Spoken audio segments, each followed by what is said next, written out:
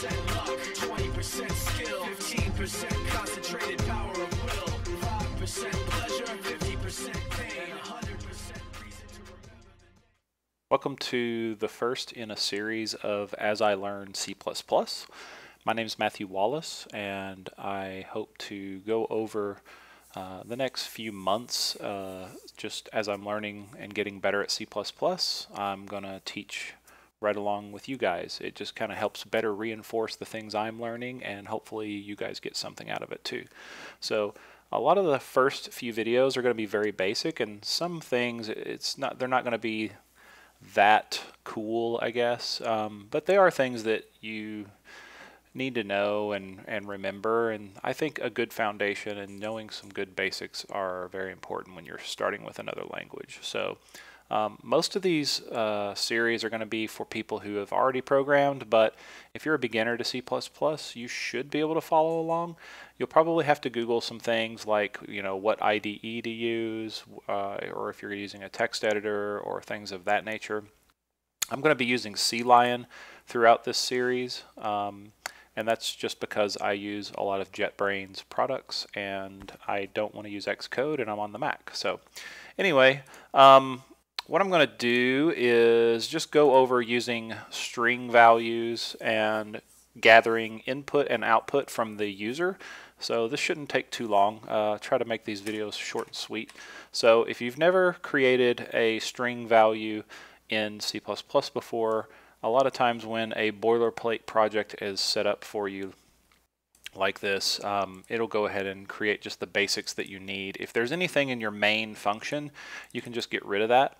Typically, it'll have like a hello world statement or something of that nature.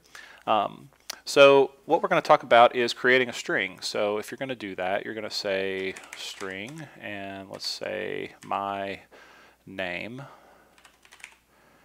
and it equals Matthew Wallace, just like that. And then if I want to use this string and print it out to the console, which would be like a terminal window on your computer, a lot of C++ programs run in the console, and that's how we'll be testing things. So we can say cout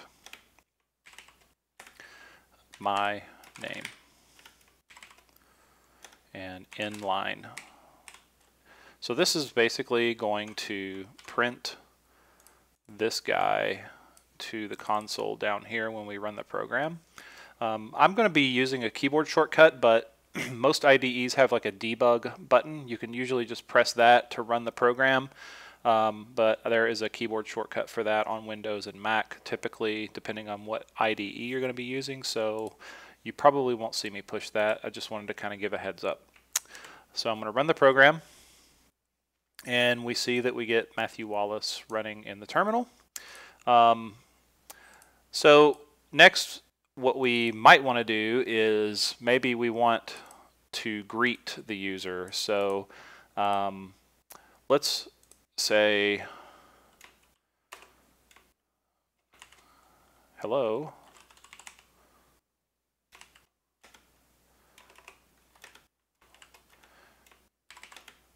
and then my name, like that.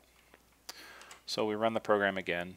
We notice that we concatenate the string value hello and Matthew Wallace on this line. So what if we want to make this a little more dynamic?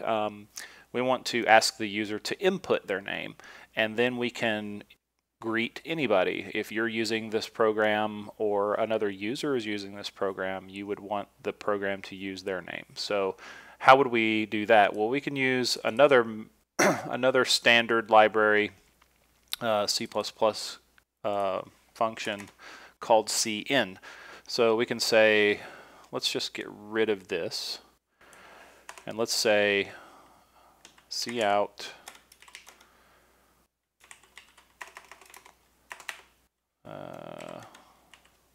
please enter your name.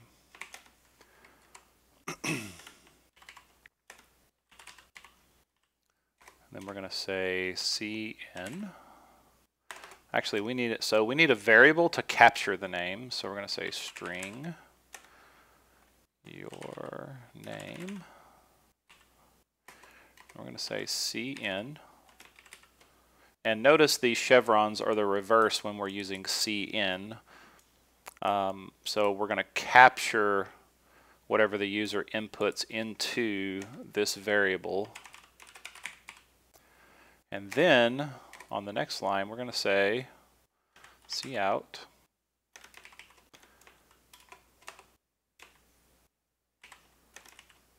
hello.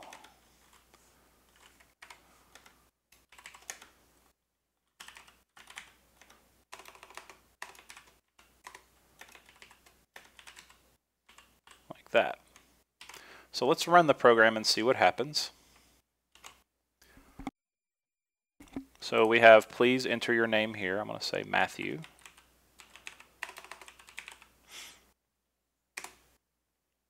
Alright, so it works as expected.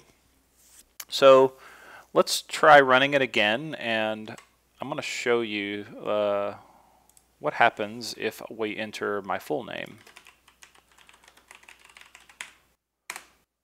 So it still only uses Matthew. So in C++, when we're using cin, it's only going to capture the first string object that it finds, and then when white space occurs, it's not going to capture anything else. So there's actually a little method on this cin guy that will capture the entire line. So we could have an entire sentence that we enter, and we could capture the whole thing and still print it to the screen. So what we're going to need to do is, there is a method that you would use like this, .get line.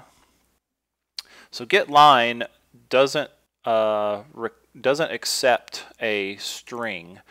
It requires that you pass in a more it's basically an array, and if you don't know what an array is, do a little bit of Google searching on that as far as what an array is, which is just a container for holding multiple values of things. So in C++, if we change this string variable to a character array, so what this is going to do is capture,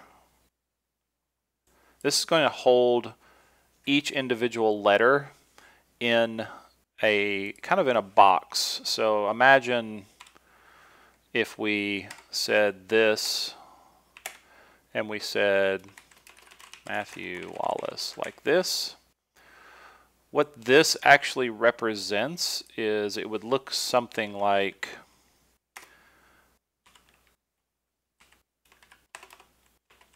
M, and then there would be an A, and then a T. Well, keep hitting the enter key, sorry about that. And you get it. Basically every element of this string would be separated into its individual characters. I'm not going to go into any detail on exactly why they do it this way. There's plenty of documentation on that if you just search the web for C++ character variable. You'll find all that you need to know about it. So what we want to do is we also want to specify the size of the array. So when we're not actually creating the array here, we're just instantiating the variable, and if you're going to do that, it actually requires that you put in how many characters you're willing to accept in the array. So we're going to say 256 just to make sure that we're allowing the user to input quite a few letters. And then what we're going to do is we're going to pass that to the getLine method, and then it also requires that we pass that same 256 value as the second argument to the method. So now we should be able to type whatever we want whenever the program asks us our name. We can type our full name or just our first name or our last name or however you want to do it, and it's going to it's going to gather all of those letters, including white space, and it's going to shove them into this array, and it should then just print out to the screen. So let's run the program and check that out. So we're going to say Matthew Wallace, and it says hello Matthew Wallace, as you would expect. You can also run it again and just test to make sure it still works as intended. If you just type in Matthew or whatever your first name is, it still works if you only enter in one word, because it's capturing the entire line of text rather than just the first text value or the first string object that it finds. So that's about it for this video. I just wanted to kind of go over a little bit. I thought it was interesting and kind of neat how you can capture user input and print it to the screen. And look out for another video really soon, and we will see you later. 20% skill, 15% concentrated